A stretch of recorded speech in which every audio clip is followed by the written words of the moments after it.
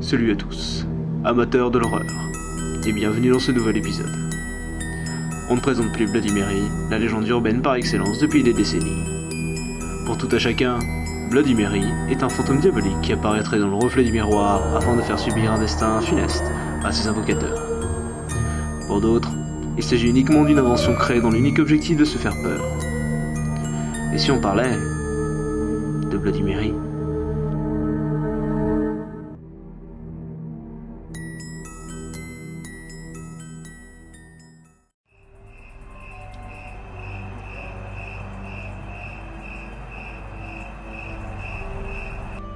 On raconte nombre de choses sur Bloody Mary.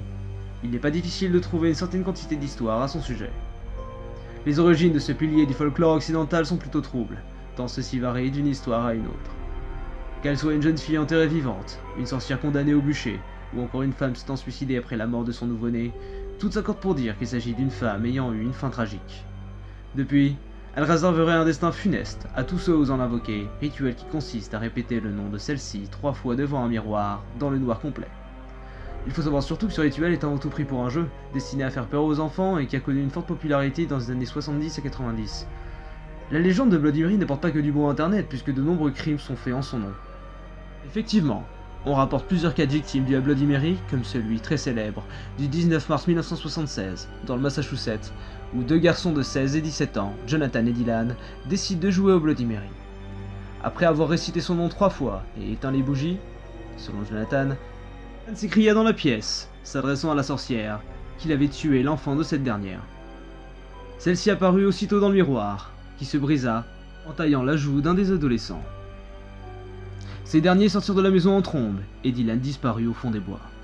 Des randonneurs retrouvèrent son corps 3 jours plus tard, au pied d'un arbre, poignardé à 30 reprises. Naturellement, on accusa Jonathan du meurtre, et bien que ce soit l'explication la plus rationnelle, on ne trouva ni arme du crime, ni mobile quelconque, et Jonathan ne cessa de déclamer son innocence.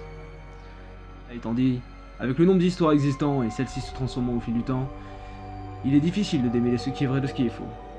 Et ce n'est en aucun cas le but de cette série. Le récit le plus crédible concernant les origines de Bloody Mary reste celui d'une jeune femme de l'ancien temps, qui habitait au plus profond des bois, gagnant sa vie en vendant des remèdes médicinaux. Les villageois la considéraient comme étant une sorcière, et ne s'adressaient à elle que dans des cas de graves maladies. Presque un jour, les petites filles du village disparurent, les unes après les autres. On découvrit finalement que celle qu'ils appelaient Bloody Mary fut coupable. Elle utilisait en effet le sang des jeunes filles pour se rajeunir, et d'aucuns sait depuis combien de temps cela durait. Bloody Mary fut condamnée à être brûlée vive sur le bûcher. Avant de mourir, celle-ci aurait lancé une malédiction afin de venger sa mort pour l'éternité. Quiconque de suffisamment idiot pour réciter son nom 3 fois devant l'obscurité d'un miroir subirait un sort plus funeste que la mort. Leur corps serait mis en pièces, leur âme brûlerait dans des flammes de tourment, et ils se retrouveraient piégés dans le miroir, à jamais.